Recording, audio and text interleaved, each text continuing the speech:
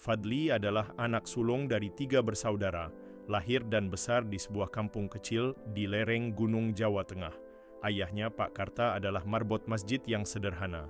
Setiap subuh, ayahnya mengayuh sepeda tua ke masjid, lalu menyapu halaman, menghidupkan speaker, dan mengumandangkan azan dengan suara bergetar karena usia. Ibunya, Bu Minah, memasak pesanan orang untuk hajatan, tahlilan, atau kadang hanya jualan nasi bungkus ke pasar. Fadli tumbuh dengan keras kepala. Sejak SD, ia dikenal sebagai anak yang beda. Tidak suka diatur, sering pulang telat, sering bolos mengaji. Gurunya pernah bilang, Fadli itu kayak petir, muncul tiba-tiba, bikin gaduh, lalu hilang lagi. Saat remaja, Fadli makin liar. Ia mulai sering terlihat nongkrong di warung pinggir jalan, main kartu, dan meminjam motor teman keliling desa sampai larut malam. Setiap ditegur, ia hanya menjawab singkat, iya. Tapi besoknya diulang lagi. Puncaknya terjadi saat ia berusia 17 tahun.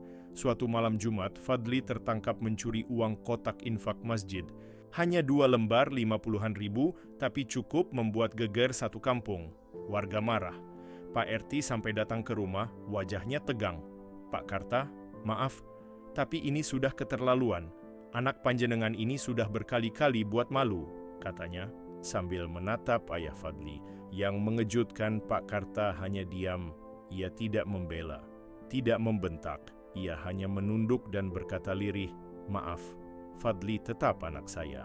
Tapi saya tahu, saya banyak salah juga. Fadli mendengar itu dari balik pintu. Untuk pertama kalinya, ia merasa benar-benar kalah. Tapi bukannya berubah, ia malah lari. Malam itu juga, ia kabur ke kota, naik truk barang yang parkir di pinggir jalan. Tak ada perpisahan, tak ada salam, hanya kegelapan dan rasa marah pada diri sendiri yang belum bisa ia pahami. Di kota, Fadli hidup seadanya. Ia tidur di empran toko, lalu bekerja sebagai buruh bongkar muat. Kadang jadi tukang parkir, kadang bantu cuci piring di warung. Wajahnya makin keras, hatinya makin kosong. Ia jarang sekali salat. Masjid hanya jadi tempat numpang tidur kalau hujan. Tapi entah kenapa setiap lewat masjid dan mendengar suara azan subuh, ada rasa aneh di dada, seperti ada yang ditinggalkan. Ia pernah mencoba menelepon rumah, tapi tak pernah berani bicara. Hanya mendengarkan suara ibunya yang memanggil nama anak-anaknya dari dapur, lalu ia menutup telepon dan kembali ke jalan. Di sela kerasnya hidup kota, Fadli sering teringat ayahnya. Sosok yang jarang bicara, tapi selalu menggendongnya saat kecil ke masjid subuh-subuh, walau Fadli tertidur di atas sajadah. Ia teringat saat kecil pernah jatuh dari sepeda. Bukannya dimarahi, ayahnya hanya mengelus kepala dan berkata, sakitnya cuma sebentar. Tapi belajar jatuh itu penting. Kini, setelah banyak jatuh dalam hidup, Fadli baru sadar, ia belum benar-benar belajar bangkit. 2 tahun berlalu sejak Fadli meninggalkan kampung halamannya. Waktu berjalan cepat, tapi hatinya tetap tertinggal di sana. Di rumah kayu sederhana yang dulu sering ia tinggalkan, dan di suara azan ayahnya yang kini hanya ia dengar dalam mimpi. Hidup di kota tak pernah benar-benar mudah. Ia pindah-pindah kerja, kadang jadi kuli bangunan, kadang jadi tukang sapu jalan. Tapi Fadli bukan tipe yang banyak bicara atau mengeluh. Ia hanya bekerja, makan seadanya, dan tidur di kamar kontrakan kecil, berukuran 2x3 meter yang berbagi dinding tipis dengan suara TV tetangga. Hingga suatu hari, hidupnya berubah. Oleh satu pertemuan yang tidak ia duga, siang itu panas. Fadli baru pulang dari proyek bangunan dan naik angkot dengan tubuh penuh debu dan peluh. Ia duduk di pojok, menunduk dan sesekali mengusap lehernya dengan ujung kaos yang sudah mulai robek. Di tengah perjalanan, seorang perempuan muda masuk dan duduk tepat di depannya. Ia memakai kerudung hijau lumut, membawa tas besar berisi buku. Wajahnya biasa saja, tapi ada yang menenangkan dari cara ia duduk, dari mata yang tak melihat ke ponsel, seperti penumpang lain. Angkot berguncang, tasnya hampir jatuh. Fadli spontan membantu menahannya. Terima kasih, kata si perempuan sambil tersenyum. Fadli hanya mengangguk. Ia tak tahu harus berkata apa, tapi dalam hatinya ada sesuatu yang bergerak, halus dan hangat. Hari itu mereka turun di tempat yang sama. Fadli berjalan di belakang, lalu memberanikan diri berkata, "Buku berat ya, Mbak?" Si perempuan tertawa kecil. Iya, namanya juga mahasiswa akhir. Buku dan tugas isinya cuma itu. Dari situ percakapan kecil dimulai, namanya Lela. Ia kuliah jurusan pendidikan Islam di sebuah kampus swasta. Tinggal di rumah kos bersama dua temannya dan sedang menyusun skripsi tentang peran ibu dalam mendidik anak dari keluarga sederhana. Fadli tertawa lirih. "Wah, cocok tuh kalau nulis tentang ibuku." Sejak hari itu mereka sering bertemu, kadang di warung makan, kadang di taman kota. Fadli tidak banyak bicara, tapi Lela tidak butuh banyak kata. Ia cukup duduk bersama, mendengar, dan sesekali bertanya dengan nada pelan yang tidak menghakimi. Semakin lama, Fadli semakin ingin jujur, tapi juga semakin takut. Ia belum pernah benar-benar bercerita tentang siapa dirinya, tentang masa lalu yang kelam, tentang ayahnya yang marbot masjid, yang kini mungkin sudah tak kuat lagi naik sepeda, tentang ibunya yang setiap malam ia rindukan, tapi tak pernah ia datangi. Tapi pada suatu malam, ketika mereka makan gorengan di pinggir jalan, Fadli akhirnya bicara. Dengan suara pelan dan mata menatap ke jalan yang sepi, ia berkata, "Aku nggak pernah tamat SMA, aku pernah mencuri. Aku lari dari rumah.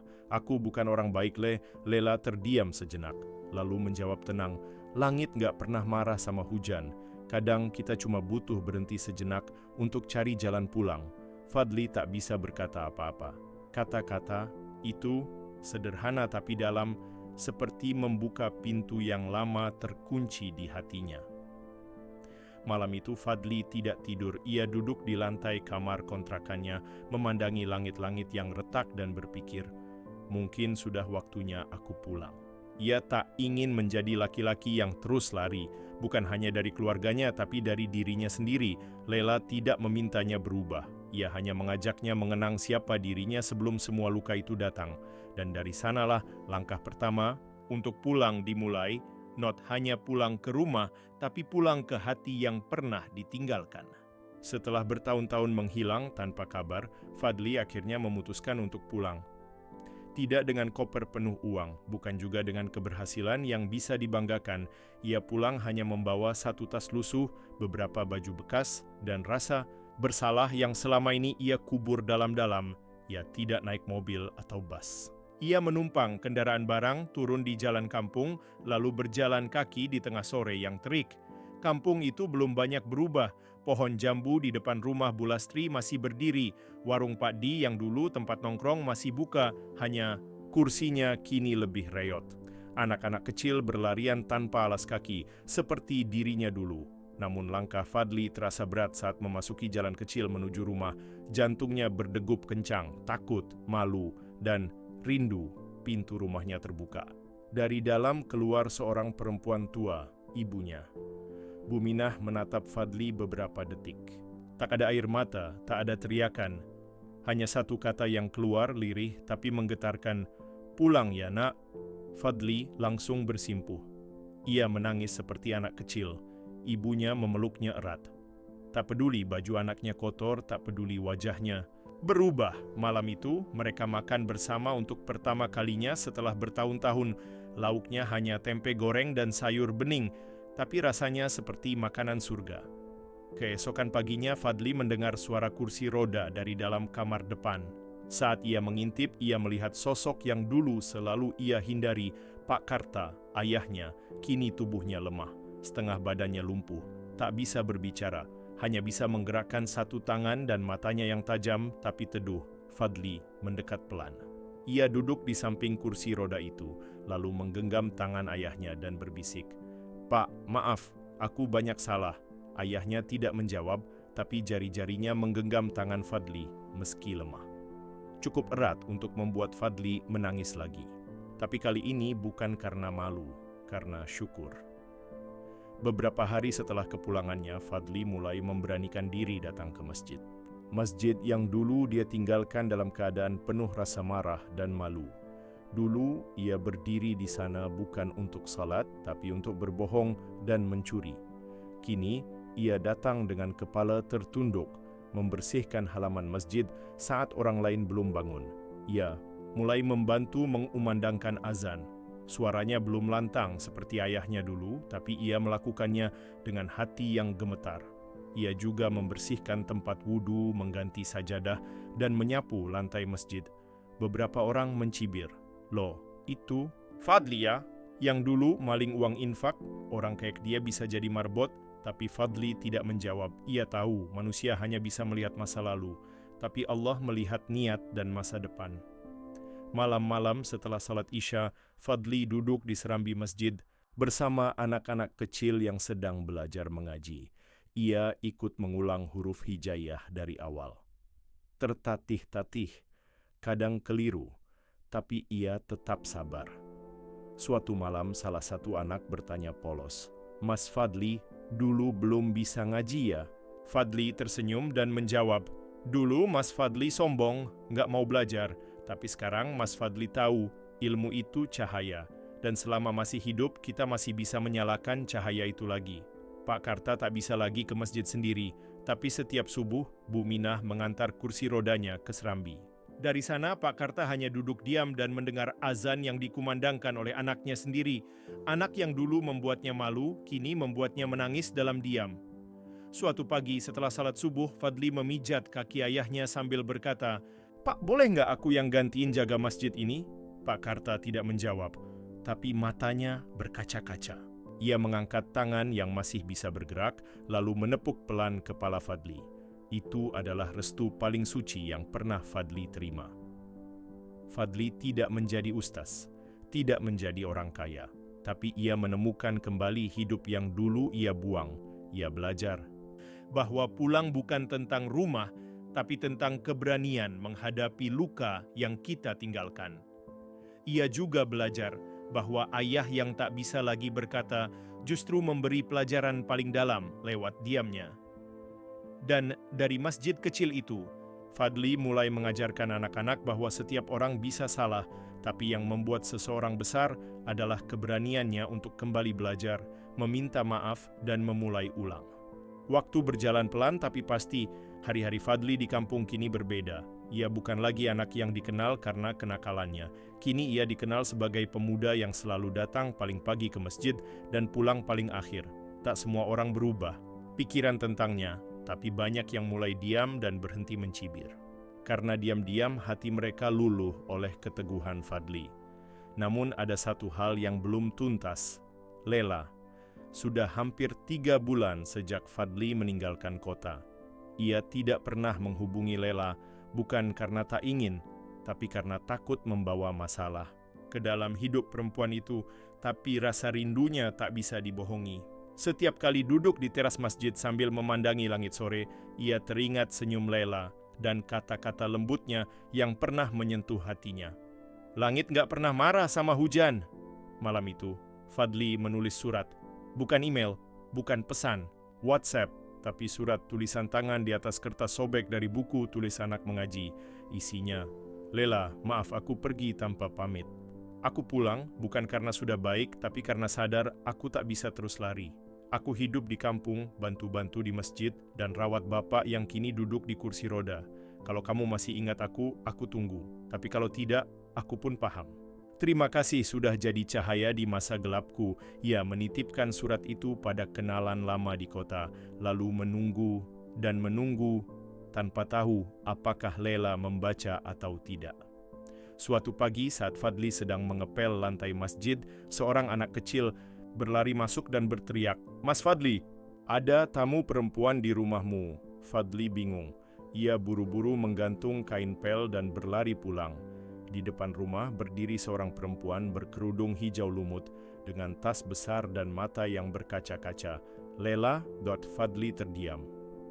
Lela melangkah pelan lalu berkata, "Suratmu nyampe. Dan aku nggak datang untuk melihat apakah kamu sudah berubah. Aku datang karena aku percaya orang yang berani pulang pantas diberi kesempatan." Sebulan setelah itu, Fadli dan Lela menikah dalam sebuah acara yang sangat sederhana di halaman masjid. tanpa pelaminan mewah, tanpa musik keras. Hanya karpet tikar, doa dari para tetangga, dan suara tangis haru dari Bu Minah yang tak henti bersyukur. Pak Karta disandarkan di kursi roda di barisan depan, wajahnya bersinar meski tanpa suara. Saat ijab kabul selesai dan Fadli menatap istrinya, semua luka masa lalu terasa seperti embun pagi, dingin tapi menyegarkan. Malam itu, Fadli duduk di samping Lela sambil berkata pelan, "Aku nggak bisa janji bikin hidupmu mewah, tapi aku janji akan belajar jadi imam yang layak." Lela tersenyum. "Dan aku pun nggak butuh rumah besar, cukup rumah yang saling mendoakan." Hari-hari setelah itu, hidup mereka berjalan dengan irama sederhana. Pagi hari Fadli mengurus masjid. Siang membantu ibu di dapur atau ladang kecil. Sore hari Lela mulai membuka kelas mengaji gratis untuk ibu-ibu di kampung. Fadli pun ikut membantu. Lela mengajar dengan sabar. Seringkali Fadli diam-diam memperhatikan dari kejauhan, terpukau melihat istrinya menyebutkan ayat-ayat dengan tajwid yang benar, menjelaskan arti kata-kata Al-Quran dengan lembut. Malam, hari, mereka sholat tahajud berdua di dalam kamar yang sempit tapi hangat.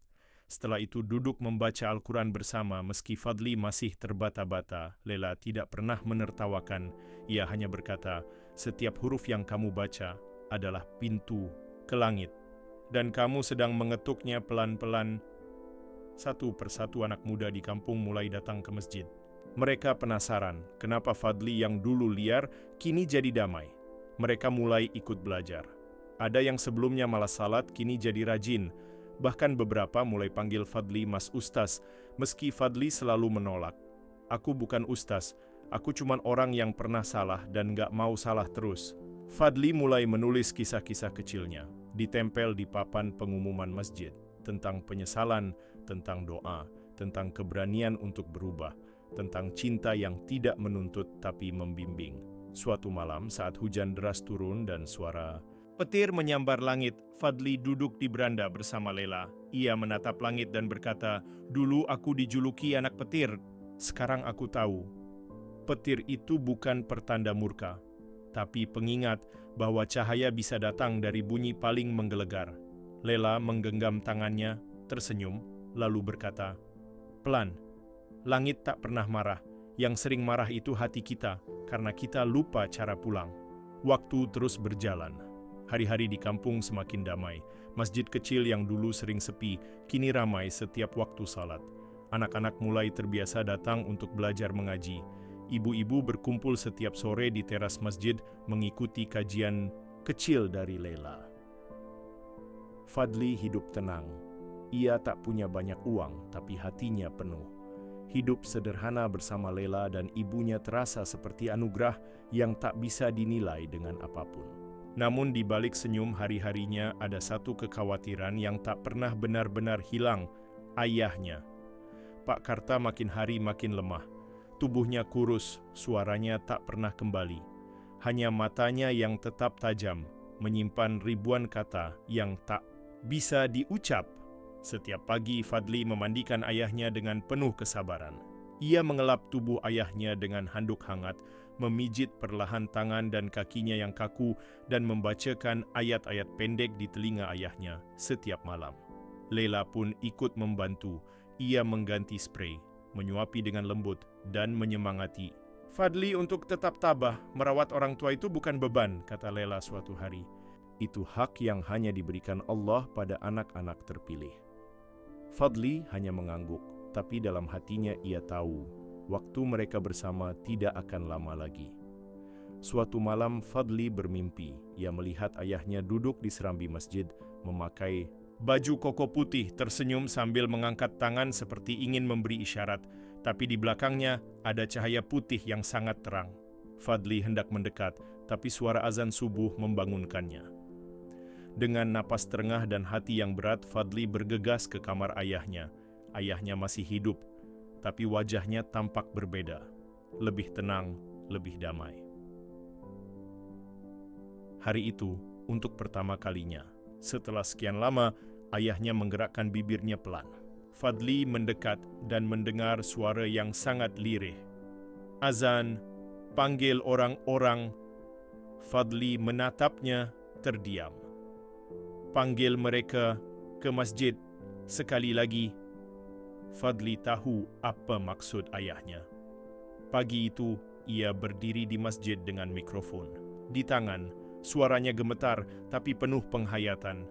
Allahu Akbar, Allahu Akbar. Azan itu mungkin bukan azan terbaik, tapi setiap kata keluar dari dadanya yang penuh rindu dan cinta. Para tetangga yang mendengar mulai datang. Mereka salat subuh berjamaah, lalu duduk sebentar mendengar Fadli membaca pesan kecil dari ayahnya. Kalau aku tidak bisa lagi ke masjid, jangan biarkan masjid ini sepi. Fadli menunduk, matanya basah. Ia tahu, ini bukan hanya pesan, tapi wasiat terakhir. Sujud terakhir setelah salat duha, Fadli masuk ke kamar ayahnya. Ia duduk di lantai, menggenggam tangan ayahnya. Nafas ayahnya sudah berat, matanya sudah setengah terpejam. Tapi bibirnya bergerak pelan. Fadli mendekat. Ia dengar suara itu, lemah sekali. La ilaha illallah. Fadli memeluk kepala ayahnya dan membimbing pelan. Muhammadur Rasulullah. Air mata jatuh di pipinya. Saat itulah ayahnya mengembuskan napas terakhir dengan damai, dengan kalimat tauhid. Dengan kepala bersandar di dada anaknya yang dulu pernah membuatnya menangis, tapi kini membuatnya bangga. Berita kepergian Pak Karta menyebar cepat, kampung seakan berhenti sejenak. Masjid penuh, semua mengenang beliau sebagai sosok yang tidak banyak bicara, tapi setiap perbuatannya meninggalkan bekas. Fadli memandikan jenazah ayahnya sendiri. Tangannya gemetar, tapi hatinya mantap. Ia mengangkat jenazah ayahnya dengan penuh hormat. Lela ada di sampingnya membaca doa dan membisikkan zikir. Saat liang lahat ditutup tanah, Fadli berkata pelan di dalam hati, "Pak, sekarang aku paham tentang sabar, tentang salat, tentang cinta yang tidak pernah terucap, tapi selalu hadir dalam setiap langkahku." Malam itu, Fadli duduk di teras masjid, sendirian. Ia menatap langit yang cerah dan angin malam yang dingin menusuk. Tapi hatinya hangat karena ia tahu ayahnya tak pergi sia-sia. Ia mewariskan sesuatu yang tak bisa dibeli, contoh hidup yang diam, tapi menggetarkan. Fadli tersenyum pelan. Langit tidak pernah marah, Pak. Yang marah hanya hati yang belum tahu caranya pulang. Dan sekarang, aku sudah pulang. Setelah kepergian Pak Karta, suasana rumah Fadli sunyi untuk beberapa waktu. Walau banyak orang datang menghibur dan mendoakan, rasa kehilangan tetap tak bisa dihapus hanya dengan kata-kata. Namun Fadli tetap tegar. Ia tahu kesedihan bukan untuk diratapi, melainkan untuk dihadapi dengan sabar. Hari-harinya tetap berjalan seperti biasa. Ia tetap membersihkan masjid, mengajari anak-anak mengaji, dan sesekali membantu Lela memasak untuk para ibu-ibu pengajian. Tapi di balik semua aktivitas itu, Fadli merasakan ada sesuatu yang berbeda pada Lela. Lela mulai sering diam. Kadang-kadang ia terlihat tersenyum sendiri saat menatap langit, atau mendadak menangis saat mendengar bacaan ayat suci. Ia juga menjadi cepat lelah dan penciumannya jadi sangat tajam.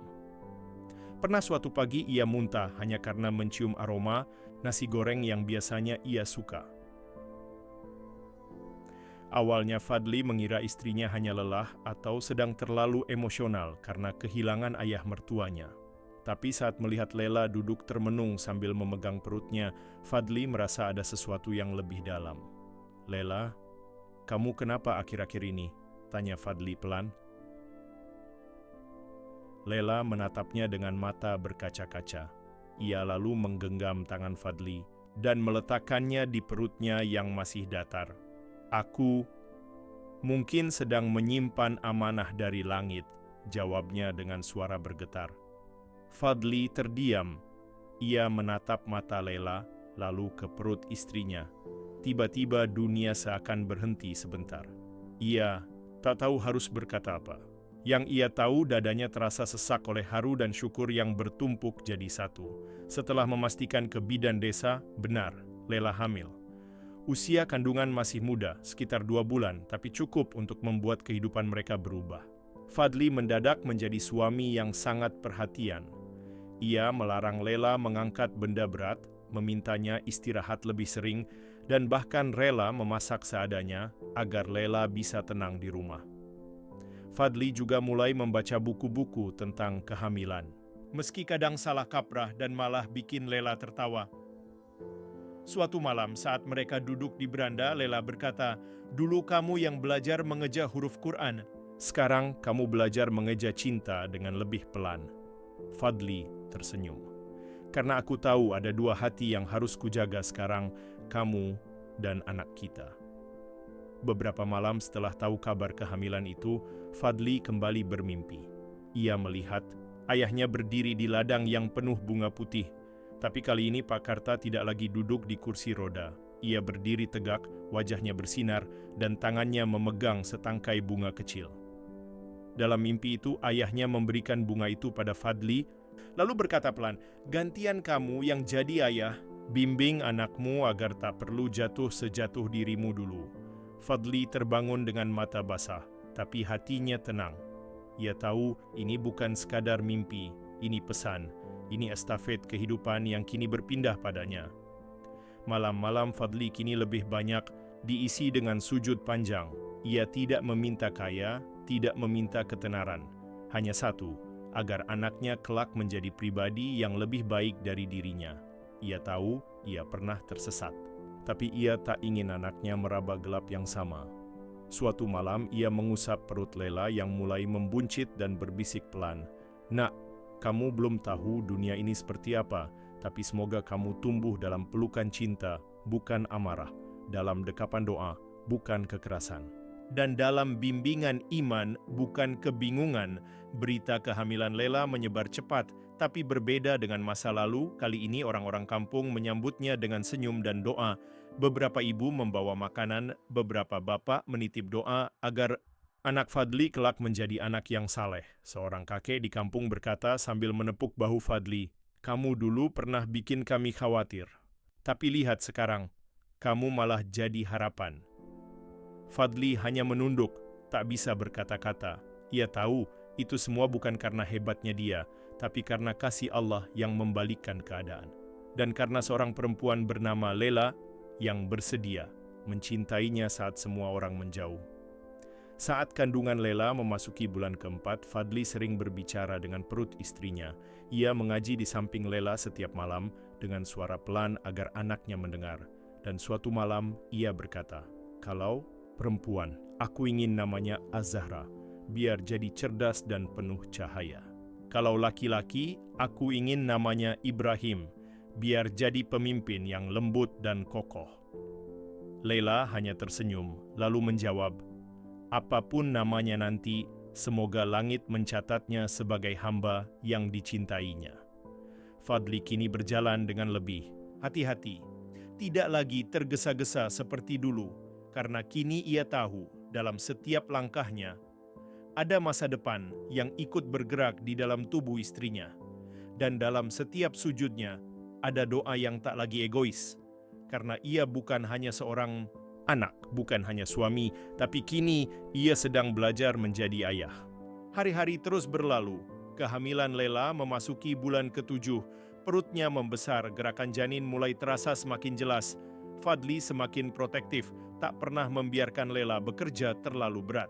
Ia bahkan membuatkan ayunan kecil di samping rumah untuk Lela beristirahat sore hari sambil membaca Al-Quran. Kehidupan mereka seperti lukisan damai.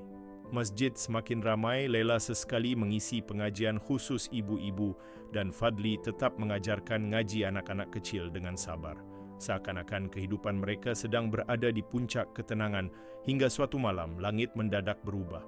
Pukul 2 dini hari, hujan deras mengguyur kampung. Fadli terbangun karena mendengar suara rintihan dari ranjang sebelah. "Fadli," Lela memanggil dengan suara gemetar. Fadli langsung duduk. Wajah Lela pucat, matanya menahan sakit. Dan saat Fadli membuka selimut, darah sudah membasahi spray. Tanpa pikir panjang, Fadli mengangkat tubuh istrinya dan segera membawanya ke puskesmas desa. Hujan tak menghalangi langkahnya. jalanan licin, tapi ia terus berlari dalam gelap seperti orang yang sedang bertaruh dengan waktu. Sesampainya di puskesmas, Lela langsung ditangani. Dokter mengatakan ada kemungkinan kandungan mengalami solusio plasenta, kondisi serius yang bisa mengancam nyawa ibu dan bayi. Fadli terduduk di lantai koridor menggenggam tas kecil yang berisi baju bayi. Ia menunduk, berdoa, menangis tanpa suara. Semua ingatan menyeruak. Saat pertama ia bertemu Lela, saat ayahnya meninggal, saat pertama kali tangan kecil itu bergerak dalam perut, dan kini semuanya berada di batas antara hidup dan tidak. Ya Allah, kalau Engkau ingin mengambil, ambillah aku, jangan mereka. Beberapa jam kemudian dokter keluar, wajahnya serius. Fadli langsung berdiri. Pak Fadli, kami harus jujur. Istri Bapak kehilangan banyak darah. Kami harus operasi sesar darurat, tapi butuh persetujuan Bapak. Tanpa ragu, Fadli menandatangani formulir itu. Lakukan apa saja, selamatkan mereka. Fadli duduk kembali. Di luar, hujan masih turun, tapi anehnya hatinya mulai tenang. Ia sadar, semuanya kini bukan lagi di tangan manusia. Ia hanya bisa pasrah. Pukul 05.14 pagi, saat azan subuh berkumandang, seorang perawat keluar membawa kabar. Pak Fadli, alhamdulillah. Bayinya lahir, perempuan, sehat, istrinya juga selamat. Tapi masih lemah dan butuh istirahat total. Fadli tak bisa menahan air mata. Ia berlari kecil ke ruang bayi. Di balik kaca, ia melihat sosok mungil yang baru saja menghirup dunia. Kulitnya merah muda, matanya tertutup rapat, dan tangisnya adalah musik paling indah yang pernah Fadli dengar. Az-Zahra, bisik Fadli. Cahaya itu benar-benar turun dari langit, perempuan yang melahirkan ulang dirinya. Beberapa hari kemudian, Lela mulai siuman dan pulih. Fadli duduk di sampingnya sambil menyuapi bubur. Mereka tidak banyak bicara, tapi tangan mereka saling menggenggam erat. Lela menatap wajah suaminya. Aku kira aku tak akan sempat melihat wajah anak kita. Fadli mencium keningnya dan berkata, kalau kamu pergi, aku akan kehilangan rumah, tapi Allah sayang kita, rumah itu masih dijaga. Beberapa bulan berlalu, Az-Zahra tumbuh menjadi bayi ceria, rambutnya hitam lebat, dan setiap kali menangis, ia akan diam hanya jika mendengar ayat Al-Quran dari suara ayahnya. Seakan-akan jiwanya memang ditenun dari ayat-ayat langit. Kini Fadli bukan hanya anak yang pernah memberontak, bukan hanya suami yang belajar mencinta. Ia telah menjadi ayah yang dilahirkan ulang oleh rasa kehilangan, cinta, dan iman. Suatu sore saat senja menyentuh dedaunan, Fadli mengangkat Az-Zahra ke udara dan berkata pelan, "Nak, dulu ayah pernah hidup tanpa arah, tapi kamu datang dan kamu bukan hanya memberi kami cahaya, kamu memberi kami arti." Langit tak pernah marah, nak. Yang marah adalah hati yang lupa bahwa setiap luka bisa menjadi jalan pulang. Dan kamu adalah jalan itu.